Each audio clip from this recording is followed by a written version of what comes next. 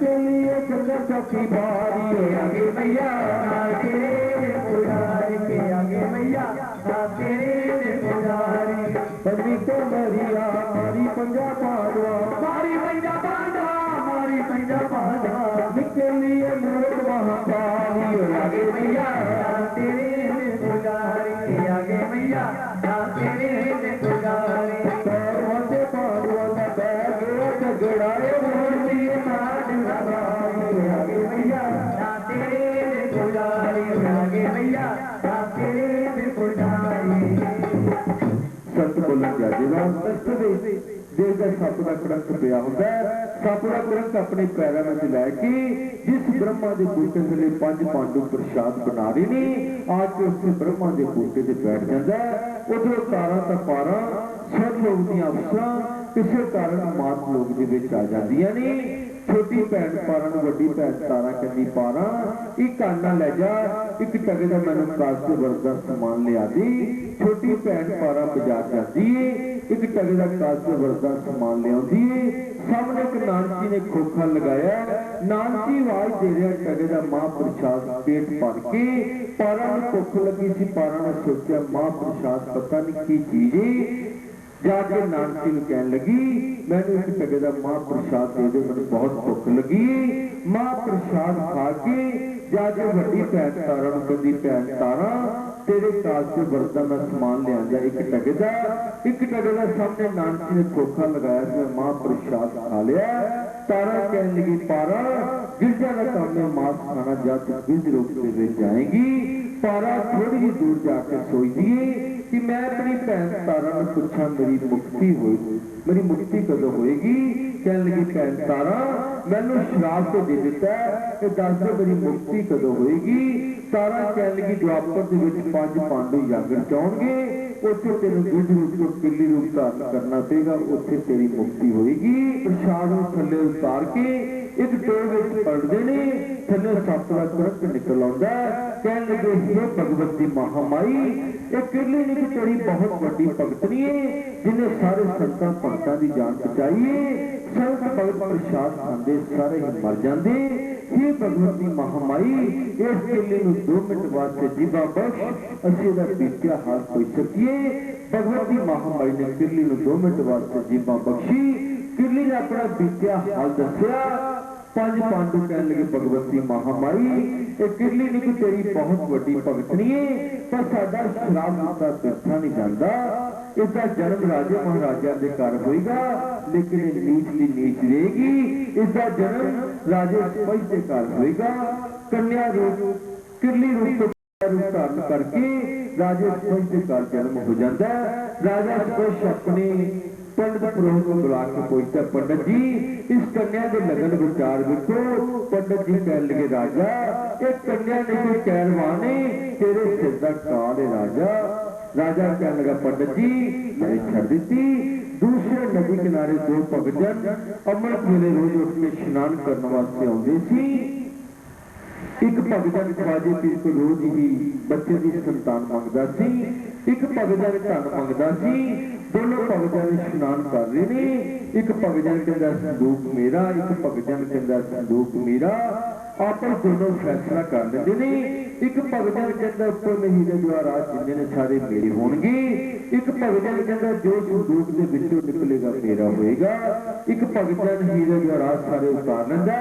दूसरा भगजन संदूक खोलदा विच कन्या हस रही है अपने पैर का अंगूठा मुंह दे विच पाया उस पा दिता भगवती महामाई के आशीर्वाद के नाल धर्मपत्नी के थणा में शीर आ गया बच्ची मां का दुध पीन लग गई बच्चे का नाम रखता रुकनी बच्ची वड्डी हो गई भगजन कहते ने जो धी घर के जवान हो जाती है मां बाप को दिन पे रात नींद नहीं पैंदी कहते कुछ चंगा जा घर देख के चंगा जा वर देख के ये हाथ पीले करके सौरे के घर भेज दिता जाए रुकनी जवान हो जाती है उसके मां बाप को दिन पे रात नींद नहीं आती सोचते ने कुछ चंगा जा घर वर देख के ये हाथ पीले करके सौरे के घर भेज दिता जाए तेरा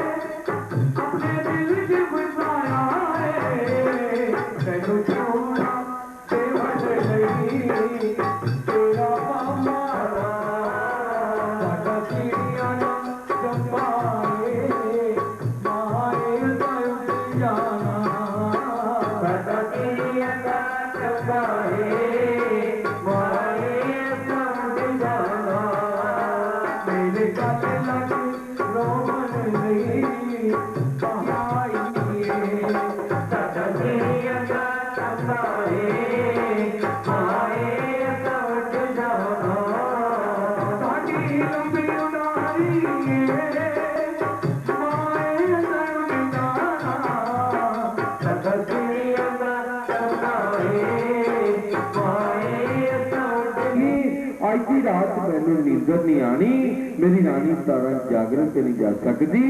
रानी तारा ने ज्वाला मां नू याद किया, हे ज्वाला मां ठंडे ठंडे चोले पे मेरे राजे ने नींदर आ जावे, मैं तेरे जागरण से आके अपनी गोद भरावा। रानी तारा ने ज्वाला मां नू याद किया, ठंडा चोला आया, राजे हरिचंद नू नींद की चौक आ गई। राजे हरिचंद का विश्वास टुट गया कि मैनू नींदर आ जानी है, मेरी रानी तारा ने जागरण से चले जाना। मैं कोई तरकीब सोचा जिस तरकीब के नाल मेरी रानी जागरण से न जावी। राजा हरिचंद चल रानी तारा मेरे गोठे से बहुत दर्द हो रही, चल रानी तारा मेरे गोठे से बहुत दर्द हो रही, मैनू अपने पट का सुनाना सी, मैनू नींदर पै जावी।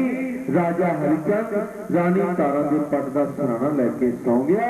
रानी तारा ने ज्वाला मां नू याद किया, हे ज्वाला मां ठंडे ठंडे चोले पेज मेरे राजे ने नींदर आ जाए, मैं तेरे जागरण से आके अपनी गोद भरा लवा। ज्वाला मां ने ठंडे ठंडे चोले भेजे, राजा हरिचंद नींद के विच फूक सौ गया। रानी तारा ने पट का सराना कढ़िया और अपने महल च बड़े आराम नाल तैयार हो रही। रानी तारा भगजन की कह रहे ने, रस्ते में दो चोर खड़े होंगे ने, जो रानी जेवरां नाल भरी हुई इसनूं लुटिया जावे। रानी तारा लुटन की कोशिश करते ने, रानी तारा का एक पैरों का पौवा डिग पैंदा, चोर चुकते ने, अखां तो अन्ने हो जाते ने, थले रखते सजाके हो जाते हैं, बड़े हैरान परेशान ये पैरों के पौवे में किहड़ा जादू है। थोड़े समय के बाद राजे हरिचंद की नींद खुल जाती है। महल के दरवाजे बारियां सब खुले पे ने, रानी तारा महलों के विच नहीं। राजा हरिचंद क्रोध के विच अपना पेट बदल के महलों के बाहर निकलता, थोड़ी दूर आता वही दो चोर खड़े होते ने। राजा पूछता तुसी कौन हो? कहते चोर। राजा ने पूछा तुसी कौन? राजा कहता मैं महाचोर। वो कह लगे थोड़ा समा पहला आना सी, एक रानी जेवरां तो परी लंघ के गई है, असी लुटन की कोशिश की, इको दे पैरों का पवा डिग्या, असी चुकने के अखा तो अन्ने हो जाने, थले रखने सजाके हो जाने। राजा हरिचंद कह लगा एक बार मैं भी चुक के देखना मैनू की हुंदा। राजा रानी तारा की कहते ने, दोबारा शेरा वर्दा बोल, साचे दरबार की है तारा मेरे नाल ला के बहाना, छड़ आई सुते राजे नू, तारा मेरे नाल ला के बहाना, छड़ आई के बंद करवाए, जगदा में पहलवाए सब दरवाजे बंद करवाए, जगदा में पहलवाए सब दरवाजे बंद करवाए, तारा निकल के तू जाना, तारा निकल के राजे नू, तारा मेरे नाल ला के बहाना, छड़ आई के राजे नू, दसों राजे मेरे राजा सुता करके बंद दरवाजा, मेरे राजा सुता करके बंद दरवाजा, दसों राजे मेरे राजा सुता करके बंद दरवाजा, मेरे राजा सुता करके बंद दरवाजा, मेरे पट दरवाजा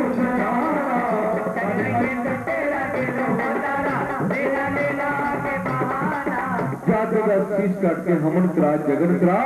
फिर मेरी मां का पंथ देख। राजे हरिचंद की अखां खुल गई, कह लगा रानी तारा तैनूं किहड़ी गल कह रही है, साडा इक्को ही बेटा बुढ़ापे का सहारा, ओहदा मैं अपने अखां नाल शीश काट के किस तरह ले आवां। रानी तारा नूं बहुत समझांदा। रानी तारा कहदी राजा जे मेरी मां का पंथ देखना अपने बेटे नूं राजा शीश काट के लिया, जगन करा हमन करा, फिर मेरी मां का पंथ दे। राजा हरिचंद जारो जार रोन लग पिया और राजा हरिचंद महलां वाल आ रहा है। भगत किस तरह बयान करते नहीं, अंदर चुकुर खंडा राजा तुर पिया मेरी देवा जी, पहुंचा महला विच जाता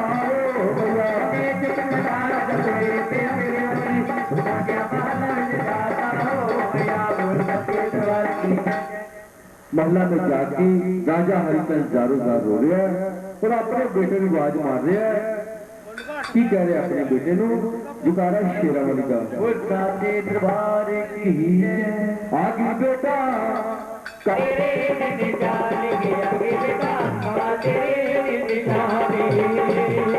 आख्या मैं भी बिरद हाँ ते तारा भी बिरद है, सानू कौन भुला देगा पानी, आगे बेटा आगे सोचता कि जे मेरी मां का पंथ दिखना अपने बेटे रूह दादा शीश कट के हमनकार जगनकार फिर मेरी मां का पंथ देखो। बेटा रूह दास हंस के बोलिया कहता पिता जी ते होने वाली केड़ी गल है, काल की निशानी वाली केड़ी गल आ गई, मार के खंडा मेरा पंगेवा जी बेटे का शीश तलाता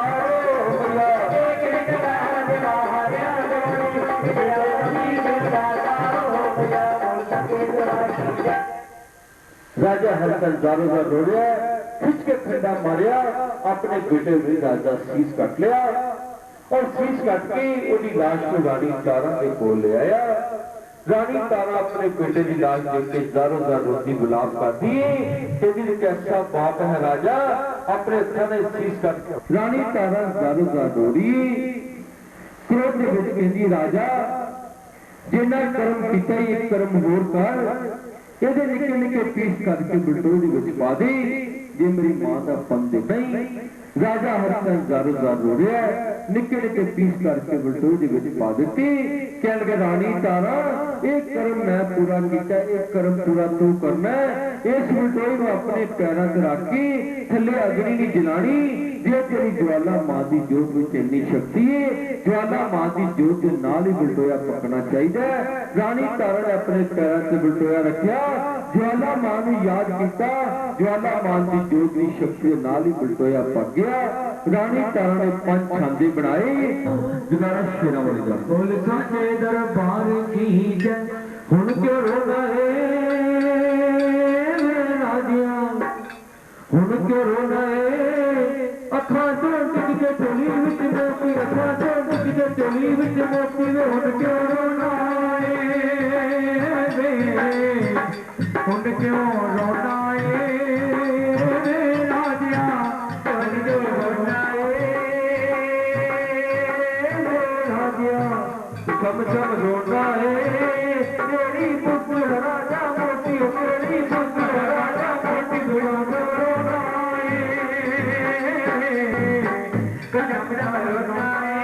कहती हुन क्यों रोना राजिया